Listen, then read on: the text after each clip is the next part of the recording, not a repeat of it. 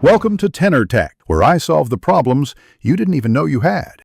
You'll start immediately. Sign into your Google account on your phone and open Google Drive or Forms. Google.com. Once done, tap New, choose More, then Google Forms, or use the Forms Apps Plus button to create a blank form. Name the form at the top so you don't lose context. This helps when linking responses to a spreadsheet later. Make sure to set a clear title and short description now, because that guides respondents and reduces edits later when you add questions. Now you build the form body. Tap the plus to add a question, pick the type, short answer, multiple choice, drop down, and write a concise prompt. Use the required toggle for mandatory fields and add sections to split long forms so respondents aren't overwhelmed. Insert images or videos for clarity when needed.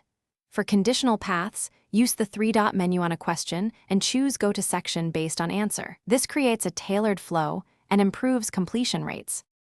Finish by configuring settings. Decide whether to collect emails, limit responses, and customize the confirmation message.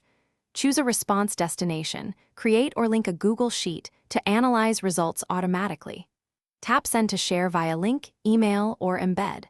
After sharing, preview the form and submit a test response to verify everything works.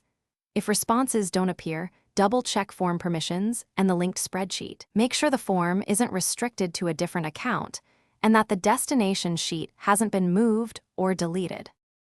Thanks for watching. Subscribe to keep your life in tune.